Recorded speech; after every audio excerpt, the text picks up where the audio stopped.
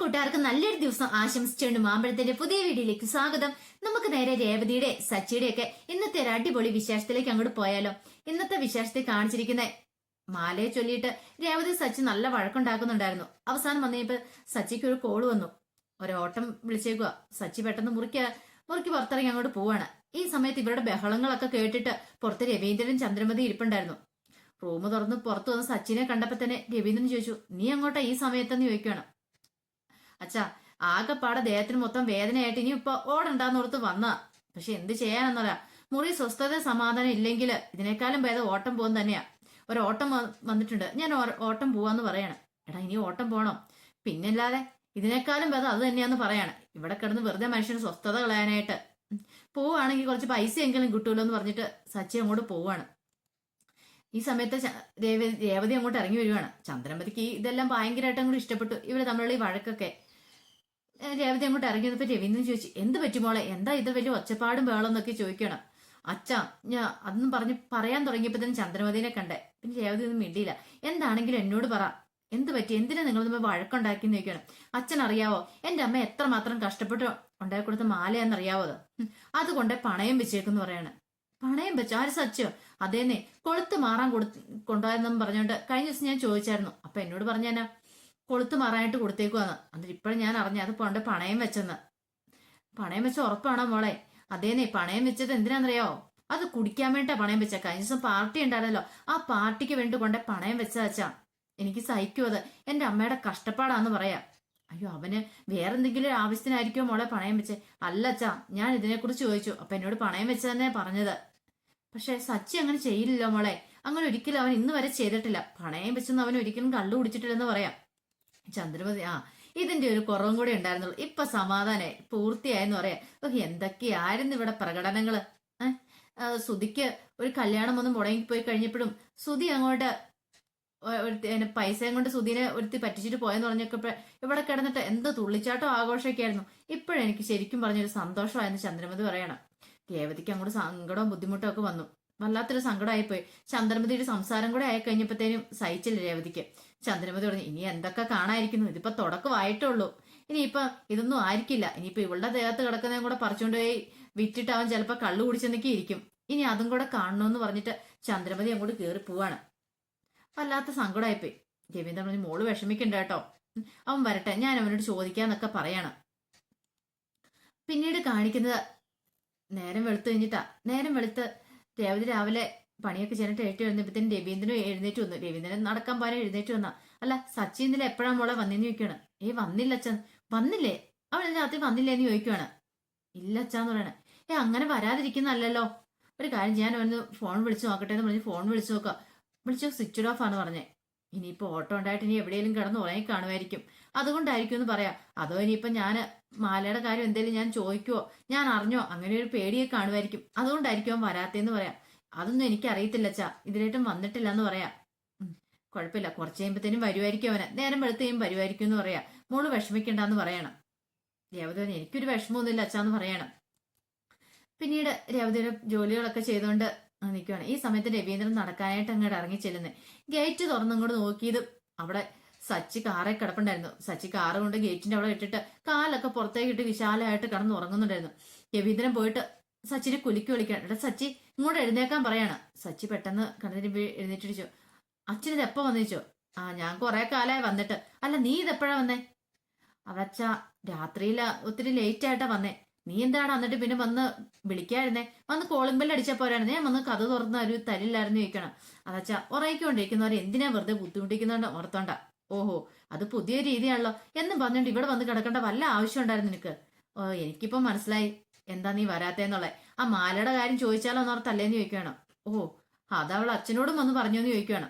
അല്ല, ഞാൻ ചോദിച്ചിട്ട് സച്ചി, നീ ആ മാല എന്ത് ചെയ്യുന്നു ചോദിക്കുകയാണ്. അച്ഛാ, അത് പിന്നെ എനിക്കറിയാം, നീ അതുകൊണ്ട് പണയം വെച്ചല്ലേന്ന് ചോദിക്കണം. അച്ഛൻ, ഞാനിത് പണയം വെച്ചു. എടാ, വെറുതെ അല്ല അവള് നിന്നോട് ഇമാതിരി കിടന്ന് ദേഷ്യപ്പെട്ടെ. അല്ല, അവളുടെ വീട്ടിൽ നിന്ന് കൊടുത്ത മുതലല്ലേടാ, അത് നിനക്ക് പണയം വെക്കേണ്ട ആവശ്യം ഉണ്ടായിരുന്നോ? അത്രയും വലിയ ക്രൂരത നീ എന്തിനാടാ കാണിച്ചേ? ഓ പിന്നെ, എന്ന് വെച്ചാൽ ഇത്ര വലിയ നീളത്തിലുള്ള മാലയല്ലേ, ഒരു നൂല് പോലൊരു മാലയല്ലേ അച്ഛാ. പറച്ചിൽ കേട്ടാത്തവരും 100 പവൻ തന്നിട്ട് അവൾ ഈ കിടന്ന് പറച്ചിലൊക്കെ പറയണേന്ന്. നാണമില്ല അവൾക്ക് ഇതിന്റെ പേരില് എന്നോട് കിടന്ന് വഴക്കുണ്ടാക്കാന്ന് പറയാ. എടാ, നൂല് പോലെയാണെങ്കിലും അവളുടെ വീട്ടിൽ നിന്ന് കൊടുത്ത മുതലല്ലേ, പെണ്ണുങ്ങൾക്ക് അവളുടെ വീട്ടിൽ നിന്ന് കൊടുക്കുന്ന മുതലിന് അത്ര ചൂട് കാണുമായിരിക്കും. അതിന്റെ വലിപ്പത്തിലൊന്നും അല്ല കാര്യം. അവളുടെ വീട്ടിൽ നിന്ന് അവളുടെ അമ്മ സ്നേഹത്തോടെ തന്നതല്ലേ നിനക്ക്. എനിക്കാണല്ലോ തന്നേ. പിന്നെ എന്തിനാ പിന്നെ അവൾ അതിനെക്കുറിച്ച് ചോദിക്കുന്നത്? എനിക്ക് തന്നിട്ടുണ്ടെങ്കിൽ അതെന്റെ ഇഷ്ടം പോലെ ഞാൻ ചെയ്യൂന്ന് പറയണ. ഓഹോ, അവളുടെ വീട്ടിൽ നിന്ന് തന്നെന്നോർത്തോണ്ട് നീ അതുകൊണ്ട് പണയം വെക്കുവാണ് ചെയ്യേണ്ടതെന്ന് ചോദിക്കുകയാണ്. അല്ല, നീ എന്തിനാ അതുകൊണ്ട് പണയം വെച്ചെന്ന് ചോദിക്കണം. അച്ഛാ, എനിക്ക് തന്ന മുതൽ പണയം വെച്ചിട്ടുണ്ട്. പിന്നെ അതെന്റെ ചില ആവശ്യം, ചിലപ്പം എനിക്കൊരു ആവശ്യം ഞാനത് പണയം വെക്കും. അതെനിക്ക് അവകാശം ഇല്ലേന്ന് ചോദിക്കുകയാണ്. എടാ, വണ്ടിയുടെ വല്ല CC അടയ്ക്കാൻ പറ്റുവാണോ? അതുകൊണ്ടാണോ നീ അതുകൊണ്ട് പണയം വെച്ചെന്ന് ചോദിക്കുകയാണ്. അച്ഛാ, അത് പിന്നെ എടാ എന്താണല്ലേ എന്നോട് നീ പറ. അച്ഛാ, നമുക്കൊരാവശ്യം വരുമ്പോൾ നമ്മൾ എന്ത് ചെയ്യുന്നേ? ഈ സ്വർണം കഴുത്തിട്ടുണ്ടോ നടന്നിട്ട് കാര്യമുണ്ടോ? നമ്മൾ ചിലപ്പോൾ പണയം വെക്കും, വിറ്റെന്നൊക്കെ ഇരിക്കും. നമ്മുടെ ആവശ്യം നടക്കണം. അതിനു വേണ്ടിയല്ലേ ഈ സ്വർണ്ണമൊക്കെ ഉപയോഗിക്കാൻ തന്നെ. അതിന് മാത്രം ഈ അവള് കിടന്ന് ചൂടാണ്ട് വല്ല ആവശ്യം ഉണ്ടായാലും ചോദിക്കുകയാണ്. അവളുടെ പറച്ചില് കേട്ടാ തോന്നും ഏതാണ്ട് കുറെ കൊണ്ടുവന്നിട്ടായി അവൾ ഈ പറയണേന്ന്. ഞാൻ അവളുടെ ഏതാണ്ടൊക്കെ എടുത്ത് നശിപ്പിച്ച പോലെ അവളുടെ പറച്ചില്. ഈ സംസാരം കേട്ടോണ്ടാണ് രേവതി രാവിലെ അടിച്ചു വരാമ്പോ അങ്ങോട്ട് വരുന്നേ. രേവതി കേട്ടു. രേവതിക്ക് സഹിച്ചില്ല. രേവതി പെട്ടെന്ന് അങ്ങോട്ട് വരുവാണ് ഗേറ്റിനടുത്തേക്ക്. വന്നിട്ട് ചോദിച്ചു, നിങ്ങൾക്കേ ഇത് ചെറിയ മുതലായിരിക്കും, പക്ഷെ എനിക്ക് അങ്ങനെയല്ല. എന്നെ സംബന്ധിച്ചോളം എന്റെ അമ്മ ആശിച്ചു മോശിച്ച് നിങ്ങൾക്ക് വാങ്ങി തന്ന എത്ര കഷ്ടപ്പെട്ടാണെന്നറിയാവോ? എന്നിട്ട് നിങ്ങൾക്ക് ഒരു വിലയില്ലാതെ നിങ്ങൾ കൊണ്ടേ പണയം വെച്ചേ.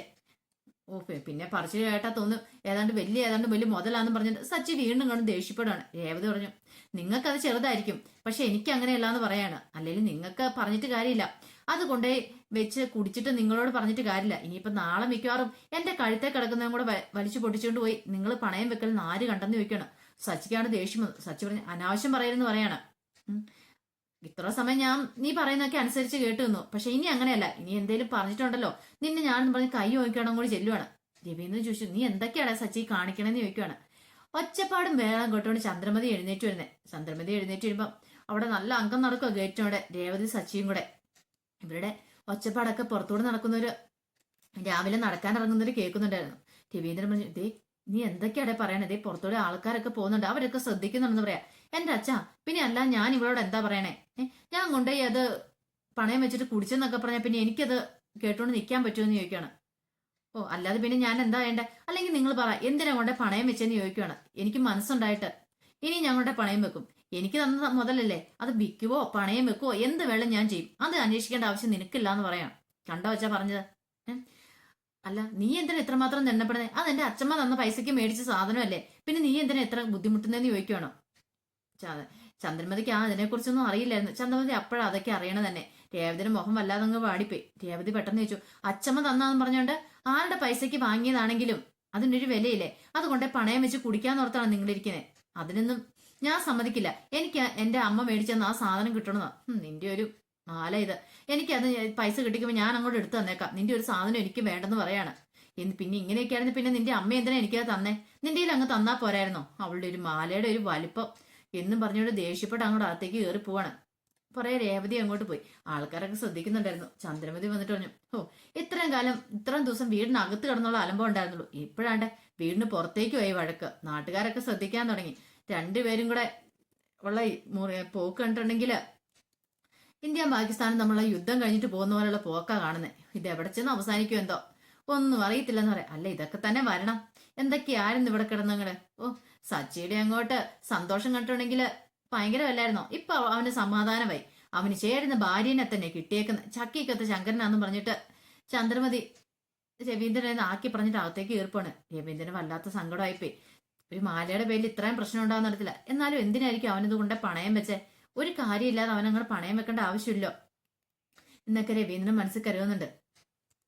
പിന്നീട് കാണിക്കുന്ന രേവതിയുടെ വീടാണ്. രേവതിയുടെ വീട്ടില് രാവിലെ ഇരുന്ന് ദേവ് പൂമാലയൊക്കെ കുറത്തോണ്ടിരിക്കുമ്പോ ശരത്തിരുന്ന് പഠിച്ചോണ്ടിരിക്കുക. അമ്മ ലക്ഷ്മിയമ്മ വന്നിട്ട് പറഞ്ഞു, അതെ നിനക്ക് കഴിക്കാൻ എടുക്കട്ടെ എന്ന് ചോദിക്കാം. രണ്ടുപേർക്കും കൂടെ കഴിക്കാൻ എന്താമ്മേ? ഉപ്പാവ് ഉണ്ട്, അത് എടുക്കട്ടെ എന്ന് ചോദിച്ചു. ഓ, ഉപ്പുമാവ് എനിക്കൊന്നും വേണ്ട, ഉപ്പുമാവെന്ന് പറയാം. ദേവ് പറഞ്ഞടാ, ഉള്ളത് കഴിച്ചിട്ട് പാന്ന് നോക്കാൻ വേണം. പിന്നെ എനിക്കും വേണ്ട, ഞാൻ ക്യാൻറ്റീനിൽ നിന്ന് വല്ലതും കഴിച്ചോളാം. ഓ, പണമല്ലേ ഇരിക്കുന്ന ക്യാൻറ്റീനിൽ നിന്ന് കഴിക്കാനായിട്ട്? എത്ര രൂപയാണ് ക്യാൻറ്റീനിൽ നിന്ന് കഴിക്കണമെങ്കിൽ? വീട്ടിൽ നിന്ന് കഴിച്ചിട്ട് പോകണം, അതിന്റെ കുഴപ്പമുണ്ടോന്ന് ചോദിക്കുകയാണ്. പെട്ടെന്ന് തന്നെ ലക്ഷ്മി പറഞ്ഞൊരു കാര്യം ചെയ്യാം, കുറച്ച് ദോശമാവ് ഇരിപ്പുണ്ട്, നിനക്ക് വേണേ ഞാൻ ദോശ ഉണ്ടാക്കി തരാന്ന് പറയാം. കണ്ടോ അമ്മയുടെ സ്നേഹം.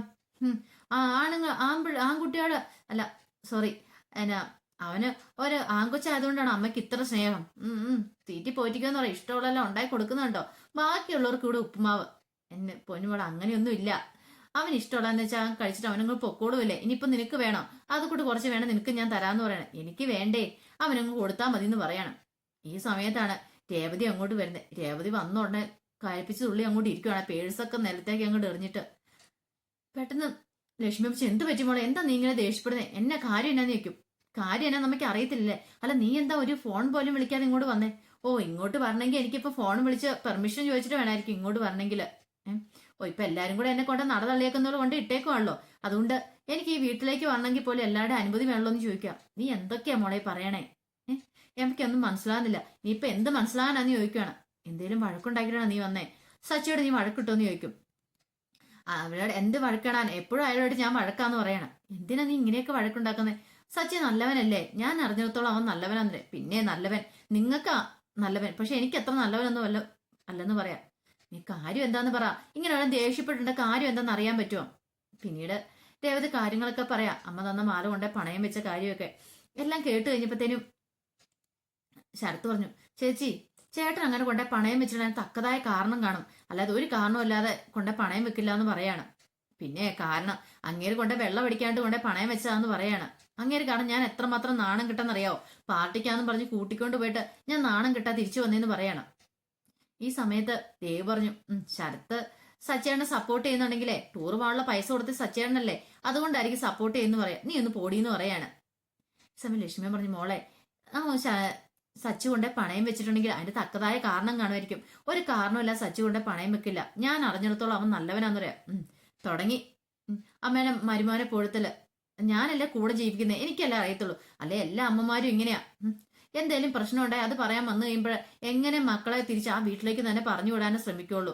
എന്നാൽ മക്കളുടെ വേദന എന്നാന്ന് അവരെ അറിയത്തില്ലെന്ന് പറയാം. മോളെ എനിക്ക് നിന്റെ വേദന മനസ്സിലാവുന്നുണ്ട്, പക്ഷെ സച്ചി അങ്ങനെ പണയം വെച്ചിട്ടുണ്ടെങ്കിൽ അതിന് കാരണം കാണും. അല്ലെങ്കിൽ ഒരു ആവശ്യം വന്നു കഴിയുമ്പോഴല്ലേ പണയം വെക്കാനുള്ള ഈ സ്വർണ്ണമൊക്കെ. ഇവിടെ തന്നെയാണെങ്കിലും ബിസിനസിന്റെ ആവശ്യത്തിനൊക്കെ ആയിട്ട്, ഈ കടയുടെയൊക്കെ ആവശ്യത്തിനായിട്ടോ എത്രയോ വേട്ടോ അച്ഛനാണെങ്കിൽ ഇവിടെ ഇരിക്കുന്ന സ്വർണ്ണം കൊണ്ടേ പണയം വെച്ചിരിക്കുന്നു.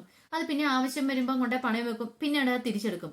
ഞാൻ ഇതിന്റെ പേരിൽ ഒരു വഴക്കൊന്നും ഉണ്ടാക്കാറില്ലല്ലോ അമ്മ. അത് അച്ഛൻ ഈ കടയുടെ ആവശ്യത്തിനൊക്കെ അല്ലേ, വീട്ടാവശ്യത്തിന് വേണ്ടിയൊക്കെയല്ലേ പണയം വെക്കുന്നത്, ഇതങ്ങനെയാണോ? പണയം വെച്ച് കുടിക്കാനല്ലേന്ന് ചോദിക്കും. മോളെ രേവതി, എന്തേലും ഒരു കാരണമില്ലാതെ കൊണ്ടേ പണയം വെക്കില്ല. നീ കാര്യം അറിയാതെ വന്നു കിടന്ന് ഇങ്ങനെ തുള്ളല് കേട്ടോ. ഇതൊക്കെ സച്ചിയോട് എന്താ കാര്യം എന്നാ ചോദിച്ചിട്ട് മതി, അല്ലാതെ ഒരു കാര്യം അറിയത്തില്ലാതെ നിന്റെ മനസ്സിലൊരു സങ്കല്പം വെച്ച് നീ വന്നു കിടന്ന് ദേഷ്യപ്പെടണമെന്ന് പറയാണ്. ഇത് കേട്ടതും രേവതിക്കും ദേഷ്യം വന്നു. അതല്ലേലും അതെ, ഇങ്ങോട്ട് പറയാൻ വന്ന് എന്നെ വേണം പിടിച്ചിട്ട് ആദ്യം തല്ലാനായിട്ട്, ഇങ്ങോട്ട് വരേണ്ട ഒരാവശ്യമില്ലായിരുന്നു എന്ന് പറഞ്ഞ് രേവതി അങ്ങോട്ട് എഴുന്നേറ്റ് പോവാണ്. മോളെ ഞാൻ ചായ വെക്കാം, ചായ കുടിച്ചിട്ട് പോയാൽ മതി, ചായയൊക്കെ തന്നെ അങ്ങ് വെച്ച് കുടിച്ചോ, ഞാൻ നിൽക്കുന്നില്ലെന്ന് പറഞ്ഞ് രേവതി അങ്ങോട്ട് പോവാണ്. ആകെപ്പാടെ വിഷമായി പോയി ലക്ഷ്മിയമ്മയ്ക്ക്. സച്ചി അങ്ങനെ ഒരിക്കലും ചെയ്യില്ലെന്ന് മനസ്സിൽ പറയുന്നു. എന്തെങ്കിലും ഒരു കാരണമില്ലാതെ അവൻ ചെയ്യത്തില്ല, അവൻ മനസ്സിൽ നന്മയുള്ളവനാന്ന് നന്നായിട്ട് ലക്ഷ്മിയമ്മയ്ക്ക് അറിയാം. പിന്നീട് കാണിക്കുന്ന ആകെപ്പാടെ സങ്കടപ്പെട്ട് ഇങ്ങനെ ഇരിക്കുവാണ് ശ്രുതി. എന്ത് ചെയ്യണമെന്ന് അറിയത്തില്ല, ജോലിയില്ല, ഒരു കല്യാണം വന്നായി മുടങ്ങിപ്പോയി, ഇനിയിപ്പൊ എങ്ങനെ മുന്നോട്ട് പോകും, അതൊക്കെ അവൾ സങ്കടപ്പെട്ടിരിക്കുന്ന സമയത്താണ് ശ്രുതി ഫോൺ വിളിക്കുന്നത്. ശ്രുതി ഫോൺ വിളിച്ചിട്ട് ചോദിച്ചു, എന്താ സുഖമാണോ ശ്രുതി എന്ന് ചോദിക്കണം. സുഖമാണെന്ന് ചോദിച്ചാൽ ഇപ്പൊ എന്താ ഞാൻ മറുപടി പറയാൻ ചോദിക്കണം. അതെന്താ, സുഖമാണോ സുഖമെന്ന് പറയണം, അല്ലെങ്കിൽ അല്ലാന്ന് പറയണം. പ്രത്യേകിച്ച് സുഖവും ഇല്ല സൂക്കറും ഇല്ലെന്ന് പറയാം. എന്ത് പറ്റി ശ്രുതി എന്ന് ചോദിക്കണം. അല്ല ശ്രുതിക്ക് അറിയാലോ ഞാൻ ഇവിടെ ഒരു ജോലിയും കൂലിയൊന്നും ഇല്ലായിരിക്കുമല്ലേ, അപ്പൊ അതിൻ്റെതായ ബുദ്ധിമുട്ടുകളൊക്കെ എനിക്കുണ്ടെന്ന് പറയണം. അല്ല ഇപ്പൊ എന്തിനാ ശ്രുതി വിളിച്ചതെന്ന് ചോദിക്കും. ഞാനൊരു താങ്ക്സ് പറയാൻ വേണ്ടി വിളിച്ച. താങ്ക്സ് എന്തിനാ? അല്ല അന്ന് എന്റെ പിയോട് അങ്ങനെ പറഞ്ഞില്ലേ, നമ്മൾ കല്യാണം കഴിഞ്ഞ പിന്നെ പാർട്ടിക്കൊക്കെ വന്നില്ലേ, അതിനൊരു താങ്ക്സ് പറയാൻ വേണ്ടി വിളിച്ച. അല്ല അതിന് താങ്ക്സ് ഒക്കെ അന്നേ പറഞ്ഞല്ലായിരുന്നു, പിന്നെന്താ പെട്ടെന്ന് ഇങ്ങനെ ഒരു താങ്ക്സ്? അല്ല അതിനുശേഷം ആ പിയുടെ ശല്യമൊന്നും ഇതുവരെയായിട്ടും ഉണ്ടായിട്ടില്ല എന്ന് പറയണം. ഓ അങ്ങനെ, അതൊക്കെ വേറൊരു അഭിനയം മാത്രമല്ലായിരുന്നു ആ പാർട്ടിക്കകത്ത് നടത്തിയിരുന്നേ. അവിടെ പറഞ്ഞ അഭിനയമായിരുന്നെങ്കിൽ നമുക്കല്ലേ സമ്മാനം കിട്ടിയത്, അവിടെ ഒറിജിനലായിട്ട് വന്ന് എത്ര കപ്പിൾസ് ഉണ്ടായിരുന്നു, അവർക്ക് സമ്മാനം കിട്ടിയില്ലോ എന്ന് പറയാം. ഓ അതൊക്കെ നമ്മുടെ ഒരു ലക്കല്ലേ എന്ന് ചോദിക്കുകയാണ്. ലക്കാണെങ്കിലും അങ്ങനെ ഒരു കപ്പിൾസ് ആയിട്ട് അഭിനയിച്ചുകൊണ്ടല്ലേ നമുക്ക് അങ്ങനെ ഒരു പ്രൈസ് കിട്ടിയെന്ന് ചോദിക്കുക. അല്ല ഇപ്പൊ എന്താ പിന്നെ പ്രത്യേകിച്ച് വിളിക്കാൻ കാരണം? എനിക്ക് ഒരു താങ്ക്സ് പറയണം. ആ താങ്ക്സ് പറഞ്ഞല്ലോ, ഇനി എന്താ? ഇങ്ങനെയല്ല, എനിക്കൊരു ഗിഫ്റ്റ് തരണമെന്ന് പറയാ. ഗിഫ്റ്റ് ആർക്ക്? ശ്രുതിക്ക് ഒരു ഗിഫ്റ്റ് തരണം എന്റെ മനസ്സിൽ ആഗ്രഹമുണ്ട്, അപ്പൊ ഞാൻ ഗിഫ്റ്റ് വാങ്ങി വെച്ചിട്ടുണ്ട്, എന്റെ അടുത്തേക്ക് വരുവാണെങ്കിൽ ഞാൻ ഗിഫ്റ്റ് തരാന്ന് പറയണം. ഒരു നിമിഷം ശ്രുതി ഒന്ന് ആലോചിച്ചു. ശരി ശരി ഞാൻ അങ്ങോട്ട് വരാന്ന് പറയാണ്. ശേഷം ശ്രുതി ഫോൺ വെച്ചിട്ട് ഇങ്ങനെ ആലോചിക്കുക ശ്രുതിയെ കുറിച്ച്. പിന്നീട് കാണിക്കുന്ന രവീന്ദ്രൻ കടയിലേക്ക് പോയിരുന്നു. ഈ സമയത്താണ് വഴിക്ക് വെച്ച് അശ്വനെ കാണുന്നത്. അശ്വനെ കണ്ട് വർത്താനമൊക്കെ പറയുന്ന സമയത്ത് രവീന്ദ്രനോട് ചോദിച്ചു, എന്ത് പറ്റിയടാ നിന്റെ മുഖത്ത്, നിന്റെ വല്ലാത്തൊരു സങ്കടം ഉണ്ടല്ലോ, എന്തെങ്കിലും പ്രശ്നമുണ്ടോ വീട്ടിൽ നിന്ന് ചോദിക്കുവാണ്. ഒന്നുമില്ല, എന്തോ കാര്യമുണ്ട്, എന്തെങ്കിലും എന്നോട് തുറന്നു പറ. എന്ത് പറയാനാ എന്റെ അശോക, ഇനി പറഞ്ഞിട്ടൊന്നും ഒരു കാര്യമില്ല, എന്താ കാര്യം എന്താന്ന് ചോദിക്കുവാണ്.